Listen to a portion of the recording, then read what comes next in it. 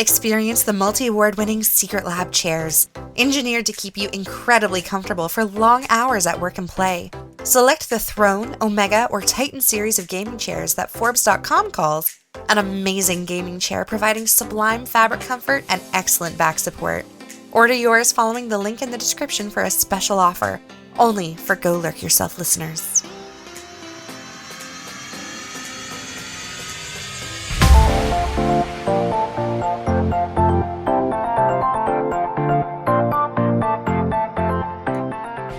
Welcome to Go Lurk Yourself, a podcast about streaming and playing video games on the internet.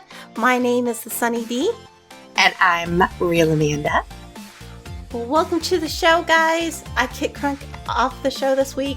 No, I'm just kidding. He figured that since I really wanted to play Red Dead Redemption on PC, and he knew Amanda was getting it because she loves the online part, that we would make a good team this week to talk about it. So thanks for joining me, Amanda. I really appreciate it. Yes, I wanted to talk to you about this game so much, but I've been saving it for the podcast. I don't blame you. Me too. I need to calm down. Even though, I've been playing it every day this week. It's been really hard not talking to you about it. Me too. But first, we need to talk about what we've been playing. Other than Red Dead, we'll definitely get into all that later, guys, but we're going to talk about what we've been playing. What have you been playing, Amanda? I have been playing a lot of the new Call of Duty. They have a new ground war. They've, I think, 2 new maps, and then they have a ground war mode that's out. And last night I was playing the hardcore mode where bullets hit harder, and you don't have a HUD, so you don't know you don't know how many bullets you have left, and there's TKing, which anyone who knows me knows that's a problem.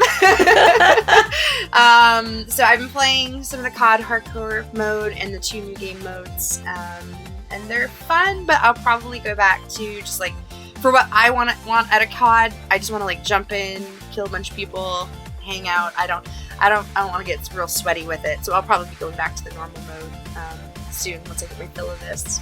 And I've been playing a little bit of 7 Days to Die on Romeo G's server with Romeo G, Shoyu, and BMT and some of this. So I'm playing a lot of that. Nice. Yeah, I wish I could have gotten into 7 Days. I don't know, maybe now that I've gotten into Red Dead a little bit more, maybe the survival aspect will sink its teeth into me, and maybe I can come play with you guys because I do have it. How did you like Last of Us? Oh yes, that's the game that I played and finished. I did a 7-hour stream last Saturday to finish it. See, just so you guys know, that means I love that game. Even though the clicker scared the heck out of me. Was it the story that got you, or the gameplay, or what was it that hooked you? The story got to me, but if you guys don't know, I'm a big Uncharted fan. I love the Uncharted series. It's made by the same guys. I gotta admit, the gunplay in Uncharted is better in my opinion, but I got used to it. But it had that sort of cinematic feel, like you were kind of going through a movie, and that's what I loved about Uncharted. It was almost nonstop action. But of course with The Last of Us, there's those moments where, they do stop it and they show the relationship. Yeah. So I loved it. So I would highly suggest Last of Us. If you guys have not got to check it out, I know they pushed it out, The Last of Us 2 to May, but hopefully I will get to play that, because other than the zombie part that scares me, just so you guys know, I don't like things running at me. Ditto. I got over that, and it was definitely worth it. There are a lot of quiet moments in Last of Us that are for a survival action game, it's very character driven. I find, and I loved it too, but I played it.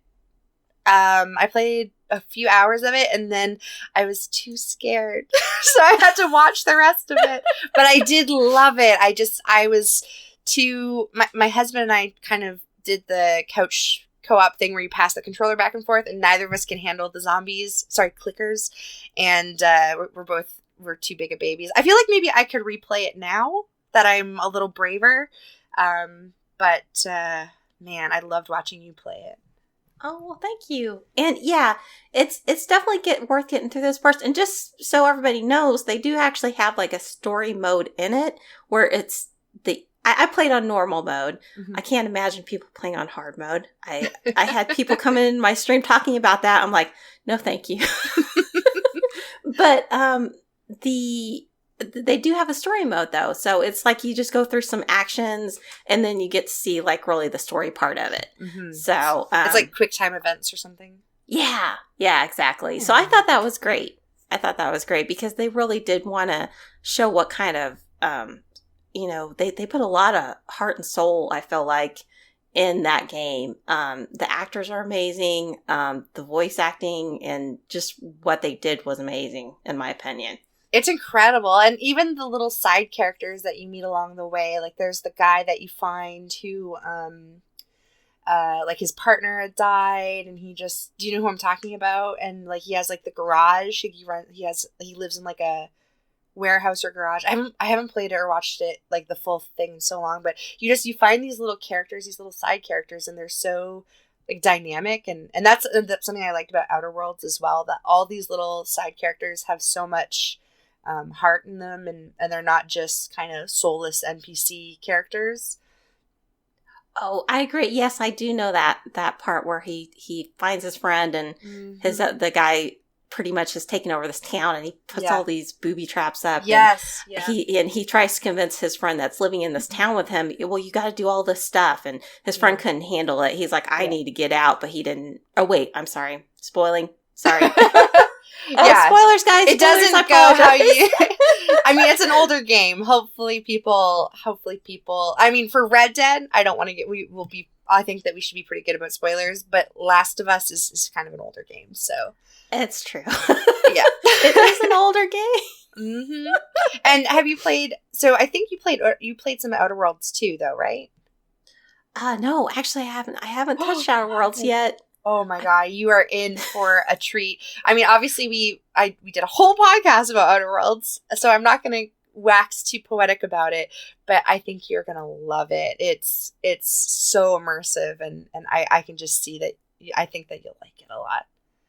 Yeah, I'm definitely looking forward to playing that. I was actually going to play that after I played The Last of Us, but I kind of got what they call the game sads after. Oh, yeah. After I played it, and I couldn't get myself to. I'm like, I should play this, and I was like, well, I'm not really in the mood for that quite yet. And then Red Dead came out. And, yeah. I've sort of felt that. I'm not have the game sads, but I've definitely had. I mean, all this summer, all I wanted to do was play shooters and play like mindless. Like no story, just, like Siege and COD, and I even play a little Fortnite, just putting it out there. I just wanted to, I look, I'm not ashamed of playing games that are not, it's fine. I'm allowed to play what I want to play, okay? People like things, and it's okay. But I played a lot of shooters this summer, and that's all I was in the mood for, really. Like I played a couple other games, but really, I just was really interested in those. And then I think it was Outer Worlds just kind of flipped a switch, and now, or maybe it's the weather. Like I want to like cozy up and be immersed in like another world. But right now, I'm just my brain has completely switched over to like adventure RPG mode, where I just want to, do things like even Minecraft, I just want to go on adventures, and in I think that's why 7 days is kind of getting me, because it's like an adventure with your friends, and you build your little base and defend it. And I'm like, guys, I'm going to go out and get all the eggs and boil eggs for you. And I'm going to go to the lake and get drinking water for all of us. And I think that something in my brain has switched over to narrative mode, Yeah, and I totally get you. That there's times where I would love just to play like a simple game with my friends where, yeah, we're just going around shooting things. I haven't played Siege probably since you and I played it like a week ago. I haven't touched it because I want something more. I think The Mm-hmm. Last of Us got me into that. Oh, I want to go on an adventure and I want to live this cinematic movie role. Yeah. And I played with the guys this morning, Siege, and I had a blast. And after a couple rounds, when I started getting kills again, I was kind of back in it, and it was really, really fun. And same with COD. Like, oh my god, I'm having so much fun with that. So I think that that's still there. It's not like I don't like those games anymore. I still love them, but I think that right now I just want to have those adventures, and whether it's like a story on rails like Last of Us or something like 7 Days or Minecraft where it's a little more open, or No Man's Sky, the update. I played a little bit of the No Man's Sky updates recently, and just kind of making that adventure for yourself. I definitely have just been it's just gotten its hooks in me. Yeah, I'm totally there with you. Okay, guys, we're going to go ahead and get into Red Dead Redemption 2. Yes. I think that we need to start, before we talk about the story or anything, I think we need to address the elephant in the room about the PC launch. Yes, it's been a kind of rough one for Rockstar, that's for sure. Yes, and I know poor our friend Snuffus had been waiting for ever for it to come out and avoiding all spoilers, and then the day that it launched, he had it preloaded and everything, and the day that it launched, he suffered that unfortunate launcher issue where I saw it all over Reddit and Twitter, where he just couldn't open the game, and there were sometimes it was like an antivirus issue, sometimes it was a GPU issue. For him, it was like a BIOS thing. He had to reinstall his BIOS or something like that. That was just ridiculous in order to play the game. Yeah, I think he had actually even he did an update higher than he probably should have. I guess he kind of took a chance there. And I had a friend who we were playing yesterday actually, and he has an amazing rig. His computer is I have kind of a mid-range PC, and he has an amazing PC. And he was having an issue where anytime he was in Discord, the game would crash after 10 minutes. And I have not had any crashes. I've had very few FPS drops, which a lot of people have been talking about as well. But I have a mid-range PC, so I don't know what it is. I guess it's just that it's kind of hard to account, when you port something over to PC that's so complicated, such a complicated dynamic game, it's hard to account for every variation that people might have. But what have you been encountering any issues? Yes, I will put it out there that I have had some crashes. It's kind of strange too, because the first day I didn't have any problems. But luckily I've got a great tech husband. Crunky's really good at that, guys. He built our computers, so he's very tech savvy. He pretty much he set up how my game should run for me when it came out. I didn't have any problems the first day. Next day, though, I had 4 crashes. Jeez. But then they put I think it was the day that they ended up putting that extra patch out there. And so the next couple days, I didn't have as many. It's kind of strange. It happens when I'm kind of in a menu, if I'm looking at the catalog in the game, or if I'm crafting. Okay. I had a couple crashes then, but other than that, it's been pretty good. But it's got to be tough for a developer to go into a PC port knowing that there's so many setups out there. I mean, they do their best of, hey, these are the specs you kind of need to run the game. But, people are going to try to go against the grain too. And I think that, and I was actually telling Cranky this yesterday, I think that whenever you have these huge open world style games where there's tons of, so much going on, like tons of NPCs and worlds and stuff. Same with like the Fallout games and Skyrim and all these huge open world RPGs. They all have the same issues on PC, I find. And I think it is just because there's so many variables within the game of what needs to, like what you're going to need when you're in a cutscene is different from when you're opening up the catalog or whatever. And then to have to port it over to PC where there's so many hardware variables, I can't imagine. Now, I'm not saying that is any excuse to drop a port, launch a port before it's ready, or to not do as much QA or whatever the case may have been here. But I do empathize with them for sure. Yeah, and I think they're trying to fix the issues. It's not like they're putting in, like they're ignoring it. Yeah. They put their stuff out there saying, hey, please try this. They've got a whole Q&A out there. Yeah. If anybody's having problems, go check it out. I know there's plenty of videos out there where people have said, okay, we've done this. This has really helped. Yeah. So, I think it's kind of definitely worth it, though. What I've played of the game so far, to go try to fix your issues. Well, Dee, give me a little background on the story, where the story starts. What is the story about, without spoilers? Okay, without spoilers. Okay, like, who are you? What are you doing? What's the premise here? What is the elevator pitch? The elevator pitch. Okay, I'll try my best to. Well, do we this. have like an hour, so you don't need to do like a 30-second elevator pitch. But I'm tell me the tale.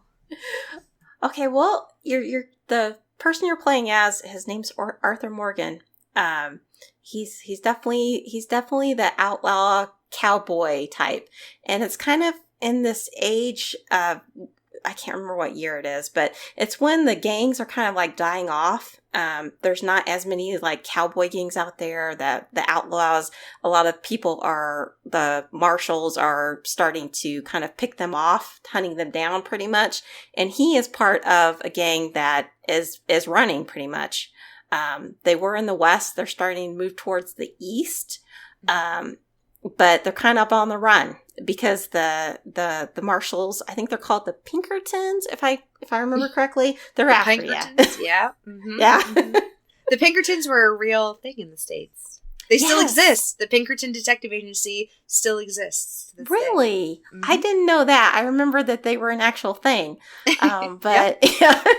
They're still out there doing their thing. Yeah, so it's all about you're trying to get away from them. Or the beginning of the story. Mm-hmm. So it kind of just, I don't want to, as I said, I don't want to ruin anything, but it kind of draws you in. I mean, they put you in a snowstorm. So from the beginning, you're feeling of what it would be like out in that age of, you can tell like it's crazy. The characters in this, like the character, like you can tell that they got like frostburn or something on their skin's kind of messed up a little bit. And you can, if you know about like sunburn, you can kind of tell that. And it's just crazy how they've done that with making you feel like you're back in that time period. Yeah. You have to ride on horses. You have to take care of your horses. Yeah. So yeah, that beginning of that story is amazing. The cinematic trails, and they do a really good job of putting you through the tutorials, but not making you feel like you're in the tutorial. Yeah. So it really catches you from the beginning on that. Yeah, and you're Arthur Morgan. You're like a cowboy, and you're kind of the second, the second in command of the little gang, and you're just trying to. The setting is that you're trying to keep everyone taken care of. I think that's correct. Yeah, the gang does actually involve like there's women, and there's actually children. There's children it's involved. Like a little town that moves around. Exactly.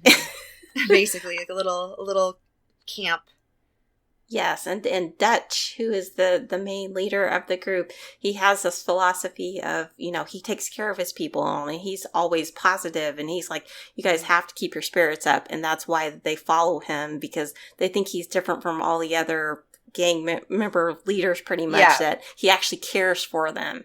Yeah, he's like, charismatic and he's kind of like a fatherly figure, a patriarch, if you will. Exactly. And you can tell Arthur is totally, he will definitely follow him to the ends of the earth. Mm-hmm. It seems like he will always be loyal to him. Yeah. And for the story mode, you have like main quests and then side quests. Are all of the side quests like optional, or how does that balance out? The side quests are optional, I think, but they're definitely worth doing. They put cinematic stuff to the side missions that are amazing. Actually, there was a couple of side missions I did, and I was like, wait a minute, was that part of the story mode? I'm like, no, I don't think it was. But I don't think I'm kind of trying to stick to it though, because with open world games, I kind of get lost. So I kind of have to stick to the story mode and the side missions sometimes to just keep going. But it's definitely worth exploring, guys. I gotta admit though, Amanda, like there's also open encounters. All of a sudden you'll come past this guy. I remember when Crunk played it on the PS4. He originally got it when it came out. Mm-hmm. But he had one thing about the controls on the PS4, I know some people know about this, there's a lag issue. A delay, like an input lag. Yeah, input lag. So he ended up not playing it for very long, but I remember there sitting, watching him, and he came across this guy who this isn't going to ruin anything. He came across this guy who got attacked by a wolf. And the guy's like, oh, do you have medicine? Do you have medicine? Please help me. So Craig's trying to find this medicine, and the guy just dies. Oh, no. Oh. Well, I come across the guy, and I didn't get to him in time, though. I killed the wolf. I got the wolf. But the guy automatically died. So I didn't, and it depends on like what time you find them. Yeah. I even came across a guy, this was pretty amazing. A guy got bit by a snake, and he said, hey, do you have medicine, or can you suck this poison out of my leg? I didn't have medicine, so I sucked the poison out of his leg. Oh, D, you hussy. But what's crazy, though, is that sometimes you get rewards for doing that, because later on I found him in town. He's like, hey, he's next to his friend. He's like, hey, this is the guy that saved me. He's like, you go into the gunsmith and you pick anything out that you want and I'll pay for it. So I got a brand new gun out of that. Nice. So that's, I was like, sweet. That's really cool how it ripples. I like when choices. So I know that you can kind of choose to be,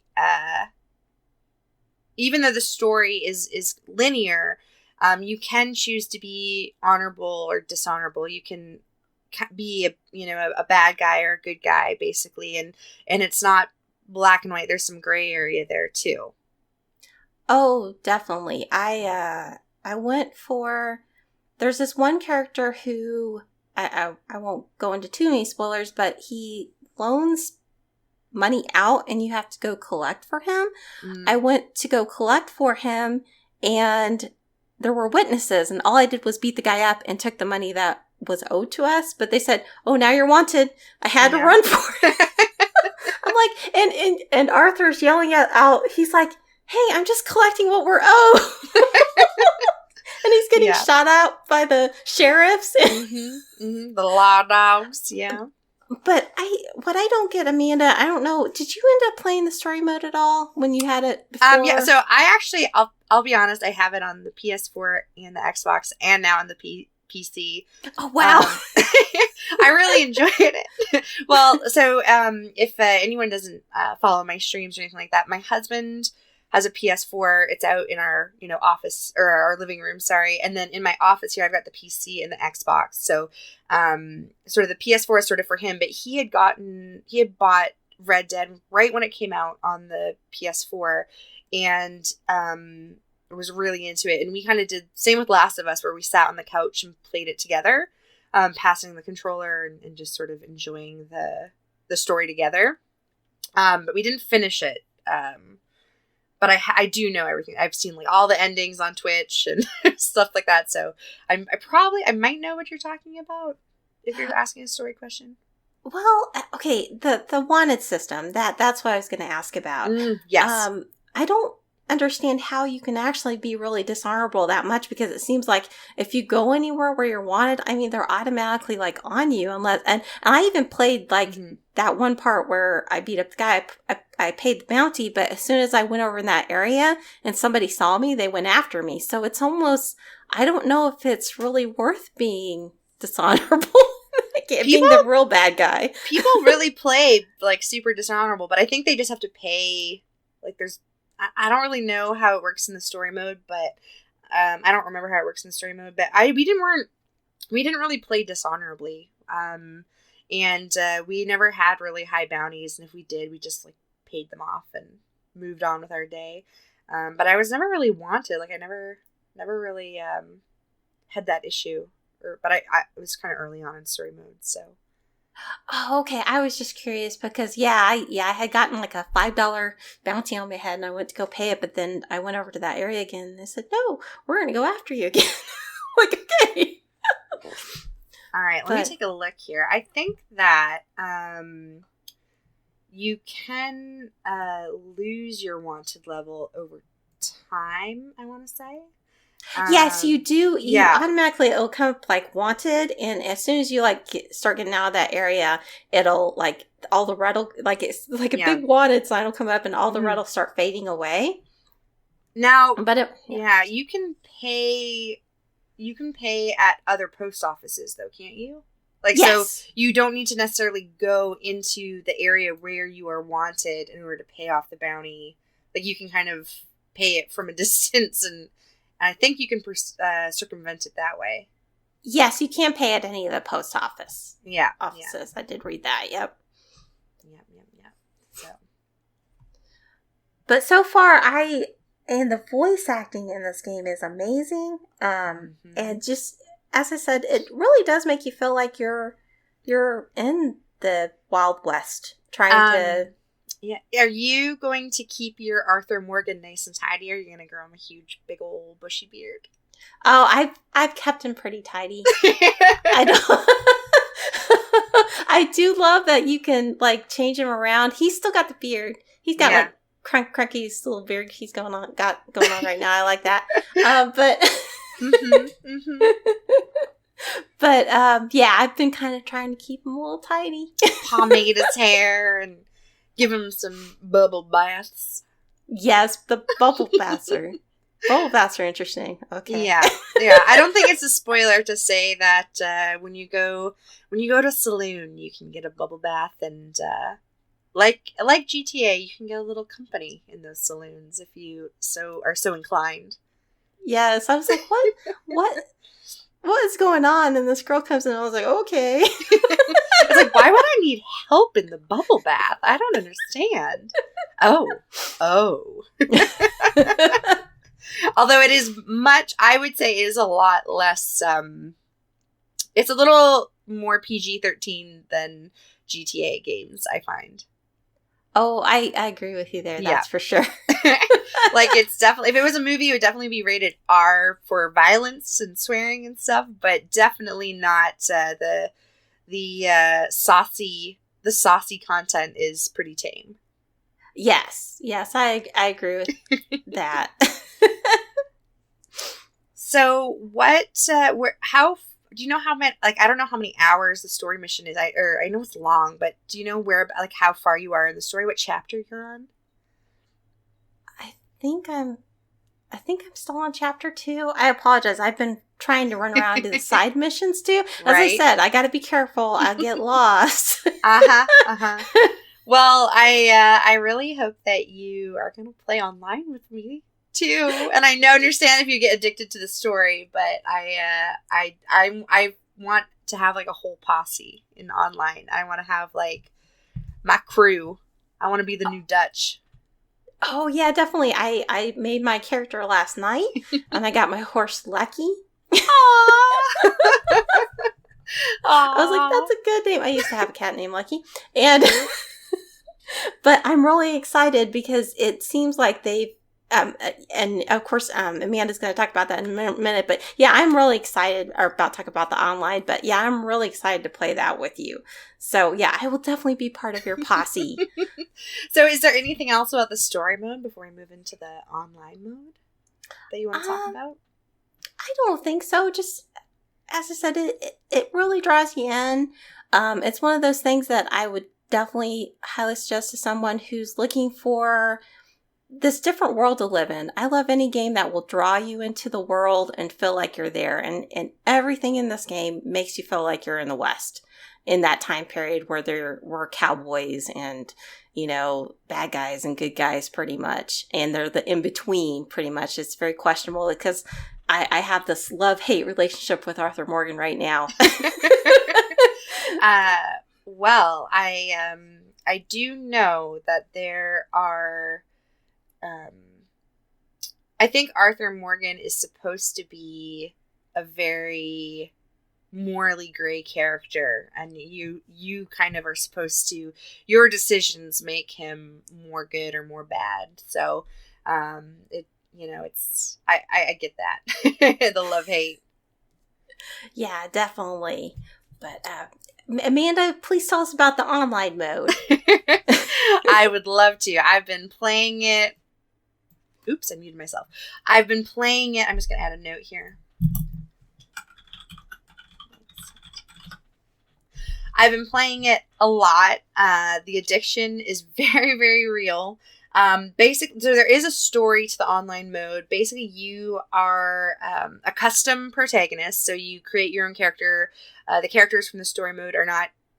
some of the NPCs are in it, but the like Arthur and Dutch and them are not actually in the online story.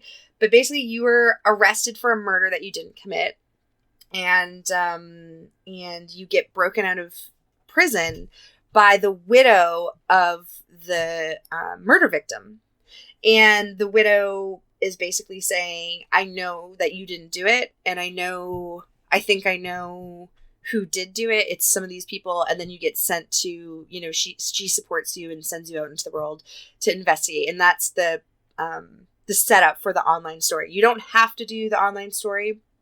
There's tons of different things you can do. There's stranger missions, which are scattered around the world, and some of them are honorable strangers, some of them are dishonorable strangers, and it will change what you can do in the story mode. So if you're more honorable, you have one set of story missions. If you're dishonorable, you have another set of story missions, and you can go back and forth.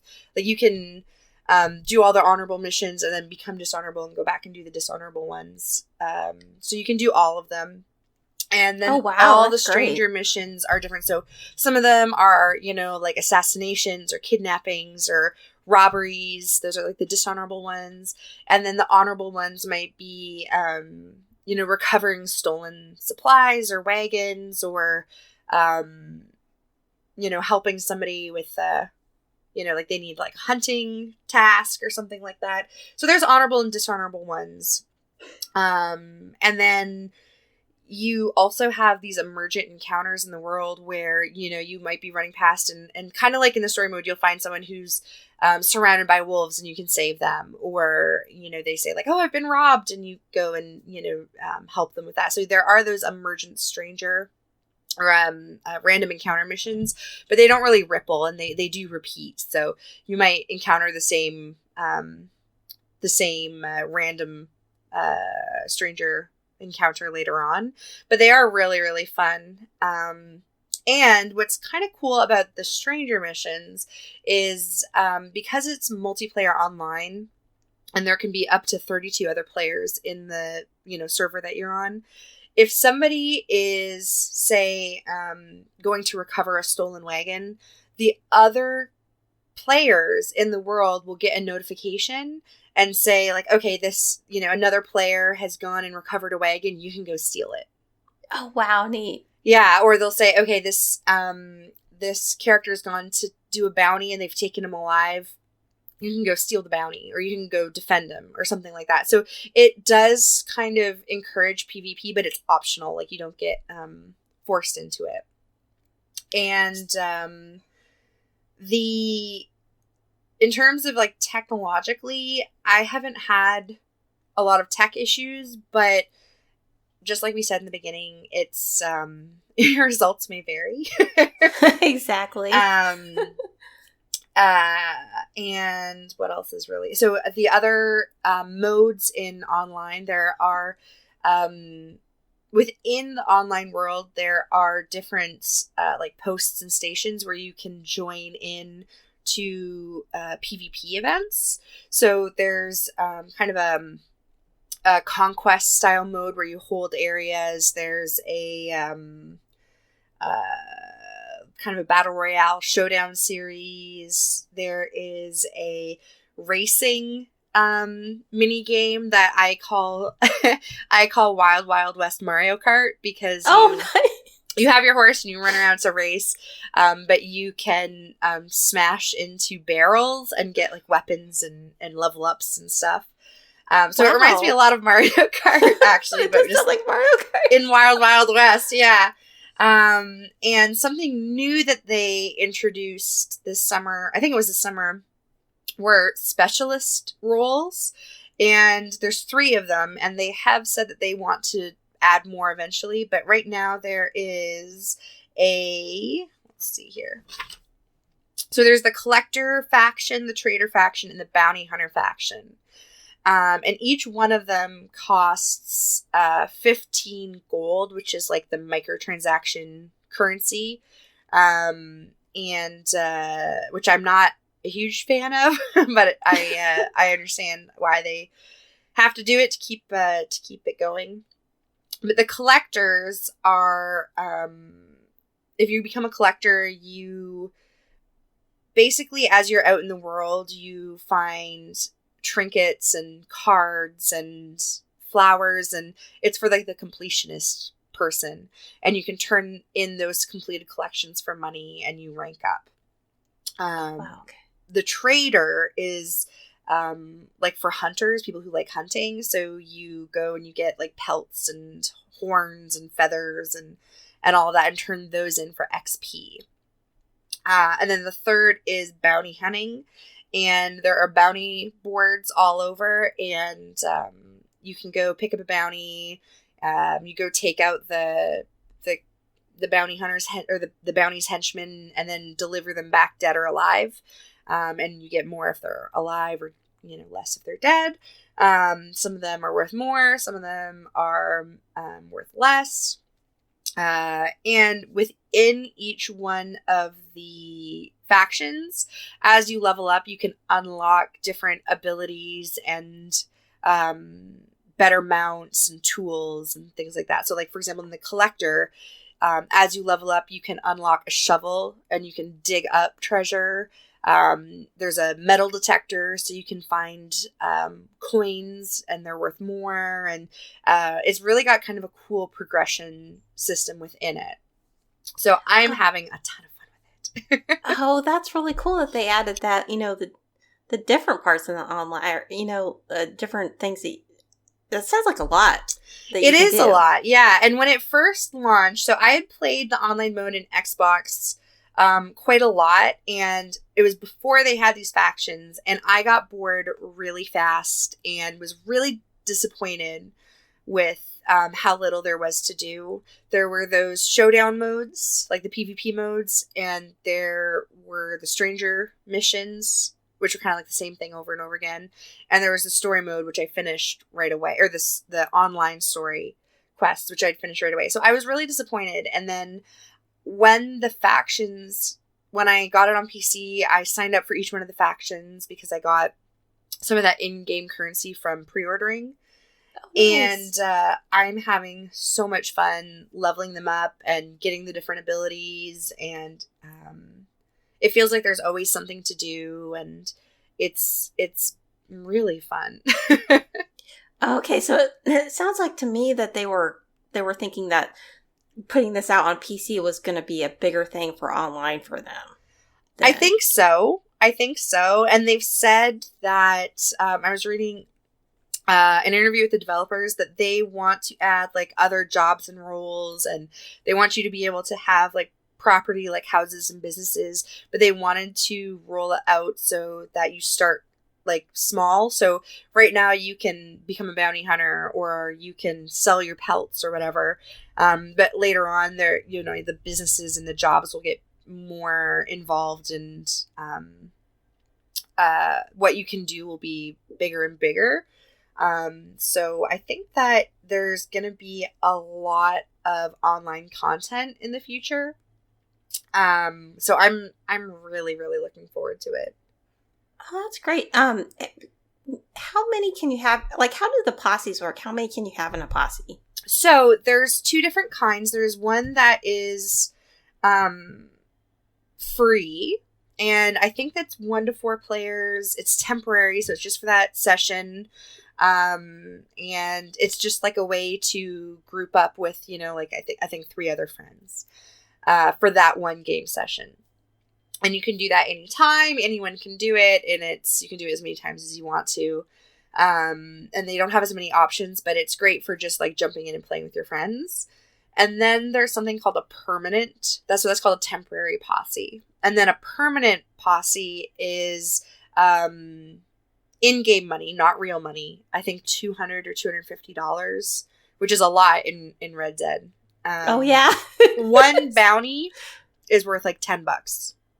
Oh man! So it's like the Wild West. It's back then money was difficult to get a hold of, and you can't pay real money for it. Like you can't pay. Like I can't go and microtransaction it. You actually have to earn the money to do this. So, I'm kind of happy about that. But it's a permanent posse. You can have I think up to 7 players at a time in it. Oh wow! You can invite more, but I think in game at one time, like you can't have a 20 people all playing in your posse. I think it's 7 at a time. And you can have a really big camp with more stuff in it. You can name it. It's like a custom name. You have some different options, and it's there all the time. So say I invite you and Crunky into the posse, the permanent posse, and you're in there. You guys can posse up in that permanent posse, even if I'm not there. Oh, and that's you can great. work together. Yeah. So it's almost like a little guild almost. Whereas the other one, the temporary posse is just sort of, like more of a quick co-op thing. Oh, that's great. And I agree with you. I think it's good that they did it with not like real money. Mm-hmm. Like you have to actually earn it. So you actually feel good after you do it. I think things like that always make you feel better. Yeah. And I'm very on the fence about the way that they've done the microtransactions. You can earn gold bars in game for free, but it's kind of painfully slow. So what they want you to do is purchase the gold bars for real currency, and it's not outrageous, like it's not that expensive, but you can use gold to bypass some of the level caps for items and mounts and weapons. So that's the one thing that I'm not a huge fan of. There's, as you rank up, just level up in general in the online mode, not the individual factions, but just in general, you unlock better weapons and better options, like, better mounts and better, warmer clothing and things like that. So you do get game advantages as you level up, but some items you can bypass using gold. So I don't know, I'm on the fence about that. That's something that I don't really want to put a value judgment out there, because some people don't have time to grind, and I get it. So it's it's not good or bad, but it is an element of it. Yeah, it's always with the microtransactions. It's always questionable. Mm-hmm. I guess I'm okay if it's like cosmetics. I guess. I mean, if it gives you more advantage, I don't think that's right. Yeah. But Yeah, I get where you're coming from with, if someone doesn't have that much time to put into it, Yeah. it can be understandable. But still, you're like, oh, is that really Yeah. right? Yeah. And I don't like that the 3 role, like the specialist factions. I think you should be able to purchase it with the money you earn in game, not only the gold bars. Like, I think it's okay that they have, okay, you just want to jump into it and you're willing to pay like $10 to get all 3 or whatever. I can't remember exactly how much it costs, but I understand if they want to put the option there, but I really think that you should be able to use the in-game earnable currency to buy those licenses as well, because it's an expensive game, and if you don't have those 3 factions, I don't really think online is as fun without them. And I think that it's an incomplete experience without those extra roles and factions. So if you're buying this game just for online, I would, so say it's like $60 or whatever, budget in an extra $10 to get those, to get the extra factions, because I don't think it's fun without them. Yeah, I'm glad you said that, because I didn't even think, when you said it cost real money, I was like, oh, but if it adds on to the online like that, and if you don't think it's quite as worth it. Yeah, and it's not like crazy expensive. So each one of the factions is 15 gold, and each one of the factions has a way to unlock it without buying it. So I think that the bounty hunter one, you can link your Twitch Prime account and you can get it via Twitch Prime. And I know that there is a way for each of the other factions to get it without using gold as well. But I'm just trying to look up here what the cost is, but it's not prohibitive or anything like that. Like, I think I want to say like you can definitely get let's take a look here. It's not crazy expensive to unlock all 3 of them, but it is extra, so just be aware of that. Okay, well, that's good. That's good to know. So if you guys are interested in the online, you guys might want to budget in that extra $10.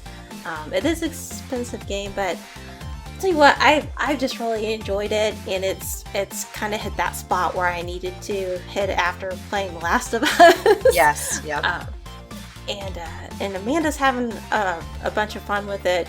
If you guys haven't checked out Real Amanda, please do. She's a lot of fun to watch. She does. Are you still going to be doing Rootin' Tootin' Tuesdays? Yeah, Rootin' Tootin' Tuesdays is back now, and there is some. So this isn't a game issue, I don't think, but there is some framiness when you stream. Like, everyone's having a little bit of frame drops when they stream it, and the game is running fine, but OBS, like the broadcasting software, has a little bit of trouble with it. So hopefully I'll get that stabilized out so we can have Rootin' Tootin' Tuesdays be a smooth experience for everyone watching. But I do intend on keeping Rootin' Tootin' Tuesdays going.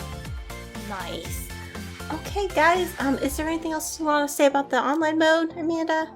No, except that I'm loving it, and despite my gripes, those are, in my opinion, a little kind of minor. I highly recommend it.